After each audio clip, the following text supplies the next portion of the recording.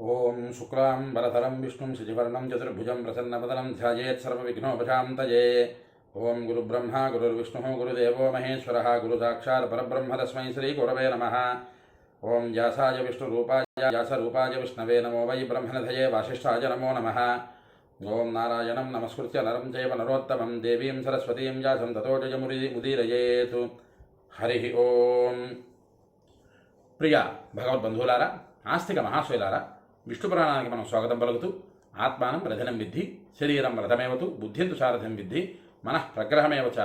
మన ఆత్మ, మన శరీరము, మన బుద్ధి, మన మనస్సు ఇవి అన్నీ కూడా ఒక రథంలాగా మారితే ఆ రథాన్ని అధిరోహించినటువంటి శ్రీమన్నారాయణుడు మనకి సద్బుద్ధిని సద్గతులను కలుగుజేయుగాక అని మరొక్కసారి మనం స్మరణలోకి తెచ్చుకుంటూ విష్ణు పురాణం 7వ అధ్యాయం ద్వితీయాంశం 2వ భాగంలో 7వ అధ్యాయానికి వచ్చున్నాం. ఈ 7వ అధ్యాయంలో సూర్యాది గ్రహాలు సప్తలోక వర్ణన ఇందులో ఈ ఘట్టంలో కనిపిస్తుంటుంది. అయితే ఈ ఘట్టానికి మనం వెళ్ళే ముందర మరొక్కసారి మనం తెలుసుకోవలసినటువంటి పరమాద్భుతమైనటువంటి విశేషం ఏమిటయ్యా అంటే, 6వ అధ్యాయంలోనే నరకలోకాలు శ్రీమన్నారాయణుడి దివ్యానుగ్రహ ప్రాప్తి, పుట్టినటువంటి ప్రతి ఒక్క జీవి కూడా నరకలోక బాధలు అనుభవించి మరలా జలజన్యాలైనటువంటి ప్రాణులుగా స్థావర జంగమాత్మకమైనటువంటి భూమండలంలో జన్మించి స్థావరాలుగా, క్రుములుగా, జలజన్యాలైన ప్రాణులుగా ఇలాగ 9 రకాలైనటువంటి జీవనాన్ని ఎత్తుతూ ఆ 9వ రకమైనటువంటిది ముముక్షువులుగా మారి అక్కడ నుంచి మోక్ష సామ్రాజ్యాన్ని పొందాలి. నరకలోక బాధను అనుభవించిన తర్వాత ఇన్ని జన్మలు తీసుకోవాలి. ఇవి ఏవీ కాకుండా తెలియక చేసిన పాపములు కానీ, తెలిసి చేసినటువంటి పాపములు కానీ, పాప క్షీణత ఎప్పుడు జరుగుతుంది అంటే, పాపము ఎప్పుడు క్షీణిస్తుంది అంటే కృష్ణనామస్మరణము లేదా విష్ణునామస్మరణము ఇంకా లేదా భగవన్నామస్మరణము. ఈ భగవన్నామస్మరణ చేస్తే మనం చేసినటువంటి పాపములన్నీ కూడా క్షీణించిపోతాయి. క్షీణించి పాపములన్నీ వాటి తాలూకు ఫలితాలు నశించిపోయిన తర్వాత భగవంతుడు వచ్చి తనలో మనకి ఐక్యం చేసుకుంటాడు. ఆ సందర్భంలో భగవంతుడు మానవుడికి తాలూకా చంచలమైనటువంటి మనస్సుకి ఒక పరీక్ష పెడుతూ, భగవంతుడికి మానవుడికి మధ్యస్థమంలో స్వర్గ నరకాలు అని 2 రకాలుగా పెట్టి, ఈ స్వర్గాధిపత్యం ఉండేటటువంటి ఇంద్ర పదవి నుంచి ఆశ చూపించి చేసినటువంటి పుణ్య ఫలితాలని స్వర్గంలోనే క్షీణింపజేయించి మరలా భూలోకంలో పుట్టింపజేసేటటువంటి జనన మరణ చక్రం ఇది. భగవంతుడు ఆడినటువంటి నాటకంలో, ఆ నాటకంలో మనం ఇరుక్కోకుండా 6వ అధ్యాయంలో చెప్పారు పరాశరుడు వారు. అత్యద్భుతమైనటువంటి శ్లోకము 2 శ్లోకాలలో చెప్పారు. ఏమిటవి? విష్ణు సంస్మరణాత్ క్షీణ సమస్త క్లేశ సంచయ ముక్తిం ప్రయాది స్వర్గాప్తి స్తస్య విఘ్నో అనుమీయతే. అద్భుతమైనటువంటి శ్లోకం ఇదొకటి. ఇక్కడ ఏంటి చెప్పారు? విష్ణువును సదా స్మరించడం వలన సకల పాపరాశి క్షీణించిపోగా కైవల్య ప్రాప్తిని స్వామివారు ప్రసాదిస్తారు.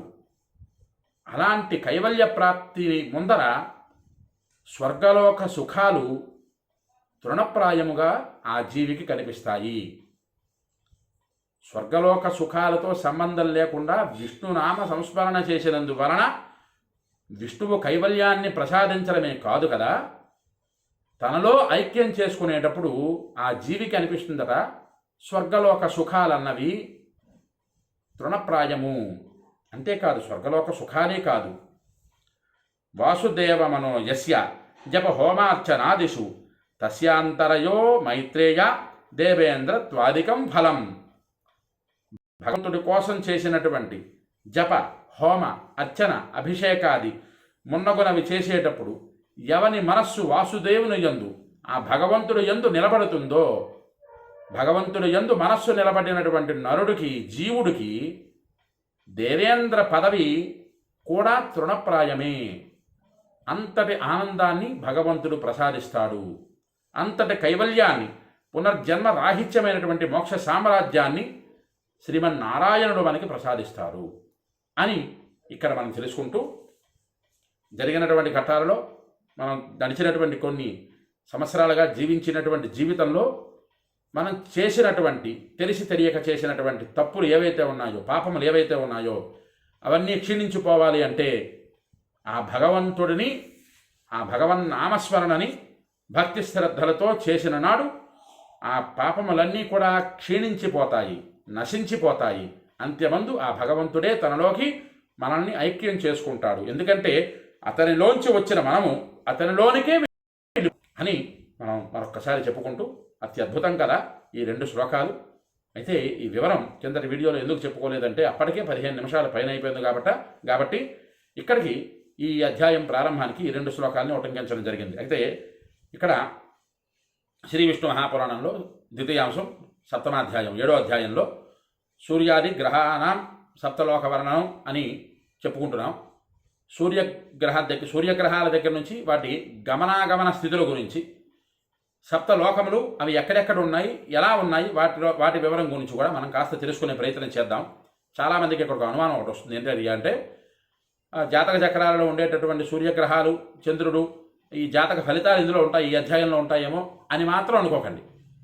అది ఒక్కటి మాత్రం జాగ్రత్తగా బుర్రలో పెట్టుకొని ఈ అధ్యాయాన్ని వినండి. ఎందుకంటే భూర్లోక, భువర్లోక, మహర్లోక, జనోలోక, తపోలోక, ఆజ్ఞాలోకములు, అదే సత్యలోకములు అనేటటువంటి 7 లోకముల గురించి ఈ అధ్యాయంలో మనకి కనిపిస్తాయి. అలాగే సూర్యాది గ్రహాలు కూడా మన భూమండలం నుంచి ఎంతెంత దూరంలో ఉన్నాయో అవి కూడా ఇక్కడ మనకి ఈ అధ్యాయంలో కనిపించే అవకాశం ఉంటుంది. అంచేత అది అంతా కూడా మనం వివరంగా తెలుసుకునే ప్రయత్నం చేద్దాం. శ్రీ మైత్రేయ ఉవాచ 6వ అధ్యాయం ఆఖరిలో పరాశరుడు వారు చెప్పారు, మైత్రేయ మహర్షి, ఓ మహాభాగా, నా ద్వారా నీకు అన్ని వివరాలు పూర్తిగా భూమండలం గురించి సమస్తము, నేను నదుల గురించి, ద్వీపాల గురించి, పర్వతాల గురించి, సముద్రాల గురించి, సమస్త నరకాల గురించి, పాతాళ లోకాల గురించి అన్నీ వివరం చెప్పాను. ఇంకా నా నుంచి ఏవైనా వివరం కావాలి అని నీకు అనిపిస్తున్నదా అని మనసులో అని పరాశరుడు వారు అడిగితే, నా మైత్రేయ మహర్షి అడిగినటువంటి పరమ చక్కనైనటువంటి ప్రశ్న, 1కి 10 సార్లు చెప్పుకోవడం, పరిప్రశ్నేన సేవయ, ఒక విషయం మనం తెలుసుకోవాలి అంటే ఆ ప్రశ్న అడిగే విధానం అంత చక్కగా ఉండాలి. ఆ విధానం ఏమిటన్నది ఇక్కడ మైత్రేయ మహర్షి ద్వారా చెబుతున్నారు. ఇక్కడ శ్రీ మైత్రేయ ఉవాచ కథితం భూతలం బ్రహ్మ మమైతదఖిలం త్వయా భువర్లోకాదీన్ లోకాన్ శ్రోతుమిచ్ఛామ్యహం మునే తథైవ గ్రహ సంస్థానం ప్రమాణాన్ని యథా తథా సమాచక్ష్వ మహాభాగా మహ్యం త్వం పరిపృచ్ఛతే. పరిప్రశ్న, పరిపృచ్ఛ. స్వామి, నేను ప్రశ్న వేస్తున్నాను, నాకు సమాధానం ఇవ్వండి. పృచ్ఛతే, నేను మిమ్మల్ని అడుగుతున్నాను. పృచ్ఛకుడిగా, ప్రశ్న వేసేటటువంటి వాడిగా నేను మిమ్మల్ని అడుగుతున్నాను, నాకు సమాధానం చెప్పండి అంటూ బ్రహ్మవేత్త అయినటువంటి ఓ పరాశర మహర్షి, ఓ మహాభాగా, నీచే భూమండలం గురించి పూర్తిగా నాకు తెలియజేయబడింది. అలాగే ఈ భూలోకమే కాదు, ఇంకా ఉన్న లోకాలు ఏవైతే ఉన్నాయో, భువర్లోకాది మున్నగు లోకాల గురించి కూడా ఓ మునీంద్ర ఇక నేను వినాలి అని కోరుకుంటున్నాను ఓ మహాభాగా. అదేవిధంగా గ్రహాల ఉనికిని, గ్రహగతులని, వాటి ప్రమాణాలు ఉన్నది ఉన్నట్లుగా నాకు ఓ మహాభాగా వివరించు. నేను నిన్ను ప్రాధేయపడి అర్థిస్తూ ఉన్నాను, అడుగుతూ ఉన్నాను, నాకు ఓ మైత్రేయ మహర్షి సమాధానం చెప్పండి అని, ఓ పరాశర మహర్షి నాకు సమాధానం చెప్పండి అని మైత్రేయుడు అడిగాడు పరాశరుడు వారికి. ఆ ప్రశ్న వినగానే పరాశరుడు వారు మనస్సు ఉప్పొంగిపోయి, ఆయన చెప్పినటువంటి విధానం ఇక్కడ నుంచి ఇంతవరకు నరకలోక వర్ణన గురించి చెప్పినటువంటి విధానం ఒక రకంగా ఉంటుంది, ఇక్కడ నుంచి ఒక విధంగా ఉంటుంది. ఆ పరాశరుడు వారి తాలూకా పలుకు ఎలా ఉన్నదో చూడండి చక్కగాను. శ్రీ పరాశర ఉవాచ రవిచంద్రమ సూర్య వన్ మయూఖైరవ భాసతే సముద్ర సరిచ్చైర తావతి పృథివీ స్మృత. సూర్యుని యొక్క, చంద్రుని యొక్క కిరణాలు, వెలుగులు ప్రకాశించినంత మేర సముద్రాలతో, నదులతో, కొండలతో కూడి ఉండే దానిని పృథివీ అంటారు. అలాగే యావత్ ప్రమాణ పృథివీ విస్తార పరిమండలాతు నభస్థావత్ ప్రమాణం వై వ్యాసమండలతో ద్విజ అని చెబుతూ, ఓ ద్విజోత్తమ మైత్రేయ మహర్షి, పృథివీ ఎంత ప్రాణమో, దాని విస్తీర్ణత, దాని చుట్టుకొలత ఎంత ఉంటుందో నభానికి అంటే భువర్లోకానికి, 7 లోకాలు అనుకున్నాం, భూలోక, భువర్లోక, సువర్లోక, మహర్లోక, జనోలోక, తపోలోక, సత్యలోకములని. ఈ 7 లోకాలలో మొదటి భూలోకం గురించి, భూమండలం గురించి చెప్పేశాడు పరాశరుడు వారు మైత్రేయుడికి. ఇక్కడ వచ్చేసరికి భువర్లోకము అంటే దానికి మరొక పేరు నభాలోకం అని పేరు. ఆ నభానికి అంతే ప్రమాణం విస్తీర్ణం చుట్టుకొలత ఉన్నాయి. భూమండలం ఎంత విస్తీర్ణంలో ఉన్నదో అంతే విస్తీర్ణంలో భువరలోకం కూడా ఉన్నది అంటూ భూమేరు యోజన లక్ష్యేతు సౌరం మైత్రేయ మండలం లక్షాదివాకరస్యాపి మండలం శశిన స్విస్థితం. భూమికి 1,00,000 యోజనాల దూరంలో సూర్యమండలం ఉంది. ఇందా కిందటి వీడియోలలోనే 5వ అధ్యాయంలో అనుకుంటున్నాను. యోజనం అంటే మన కిలోమీటర్లు ఎన్ని లెక్క అని, ఇంచుమించుగా 12 నుంచి 15 కిలోమీటర్లని ఈ రోజుల్లో వస్తున్నది. పూర్వకాలంలో యోజనాలు లెక్క వేసేవారు. అలాగే ఇక్కడ 1,00,000 యోజనాల దూరంలో సూర్యమండలం ఉంది భూమండలానికి అని చెబుతూ, ఆ సౌరమండలానికి 1,00,000 యోజనాల దూరంలో చంద్రమండలం ఉంది. భూమండలానికి 1,00,000 యోజనాల పరిమిత విస్తీర్ణంలో సూర్యమండలం, సూర్యమండలానికి 1,00,000 యోజనాల పరిమిత విస్తీర్ణంలో చంద్రమండలం ఉన్నాయి అని చెబుతూ, ఇక వీటిలో ఇంకా సైంటిఫిక్ రీజన్ అని కొంతమంది నాసా వాళ్ళని వీళ్ళని ఇప్పుడు భూమండలం నుంచి సౌరమండలం ఎంత దూరంలో ఉన్నది అని ఇప్పుడు లెక్కలు వేశారు. ఈ కిలోమీటర్ లెక్క, ఈ స్కేళ్ళు బద్దలు ఇవి పట్టుకొని కొలుచుకొని వేశారు. కానీ మన పరాశరుల వారి దగ్గర నుంచి, వ్యాసుల వారి దగ్గర నుంచి చెప్పినటువంటి విధానము వాళ్ళందరూ కూడా మనస్సులోని దర్శనం చేసుకున్నారు. వాళ్ళందరూ కూడా భూమండలం నుంచి సూర్యమండలం ఎంత దూరంలో ఉంటుంది అంటే 1,00,000 యోజనాలని కరెక్ట్గా వాళ్ళు అంచనా వేసి చెప్పినటువంటి లెక్క. ఇంచుమించుగా ఆ లెక్క ఇప్పుడు వీళ్ళు వేసినటువంటి, ఇప్పుడు కొత్తగా ఈ కలియుగాల్లో ఇప్పుడు వచ్చినటువంటి ఈ శాస్త్రవేత్తలు వేసినటువంటి లెక్క ఇంచుమించుగా సరిపోతున్నది. అంచేత మన వాళ్ళు ఏవో పుక్కిటి పురాణాలండి, అవన్నీ ఎప్పుడో పాతకాలం వండి అని తీసి పారేయడానికి వీల్లేదు. అందుకు పరాశరుడు వారు చెప్తున్నట్లుగా భూమండలానికి 1,00,000 యోజనాల పరిమిత విస్తీర్ణంలో సూర్యమండలం, సూర్యమండలం కన్నా 1,00,000 యోజనాల పరిమిత విస్తీర్ణంలో చంద్రమండలం ఉన్నాయి. పూర్ణే శతసహస్రేతు యోజనానాం నిశాకరాతు నక్షత్రమండలం కృష్ణ ఉపరిష్ఠాతు ప్రకాశ్యతే. చంద్రమండలం నుంచి 100,000 యోజనాల దూరంలో నిండి పైన కప్పబడి సమస్త నక్షత్ర మండలం ప్రకాశిస్తూ ఉంది. చంద్రమండలాన్ని మించి 100 యోజనాలు 100 యోజనాల 100,000 యోజనాలు 100,000 యోజనాల విస్తీర్ణం, అదే 1,00,000 యోజనాల విస్తీర్ణంలో దూరంలో సమస్త నక్షత్ర మండలం ప్రకాశిస్తూ ఉన్నది. 2,00,000 చోపరి బ్రహ్మన్ బుధో నక్షత్రమండలాత్ తావత్ ప్రమాణ భాగేతు బుధస్యాప్యుశనా స్థిత. బుధగ్రహ మండలం అది ఎక్కడున్నది? ఈ నక్షత్ర మండలం నుంచి 1,00,000 యోజనాల దూరంలో బుధగ్రహ మండలం ఉంది. బుధునకు అంతే 2,00,000 యోజనాల దూరంలో శుక్రగ్రహ మండలం ఉంది. ఒక్కొక్క గ్రహము ఎక్కడెక్కడ మన భూమండలానికి ఎంతలేసి దూరంలో ఉన్నాయి అని లెక్క కట్టి పరాశరుడు వారు చెప్పినటువంటి అధ్యాయం ఇది. అంగారకోపి శుక్రస్య తత్ప్రమాణే వ్యవస్థిత 1,02,000 భౌమస్య స్థితో దేవపురోహిత. శుక్రగ్రహానికి కూడా 2,00,000 యోజనాల దూరంలో అంగారక మండలం ఉంది, అంటే కుజగ్రహ మండలం ఉంది. ఆ కుజగ్రహ మండలానికి 2,00,000 యోజనాల దూరంలో దేవపురోహితులైనటువంటి బృహస్పతి గ్రహ మండలం ఉంది, గురు గ్రహ మండలం ఉంది.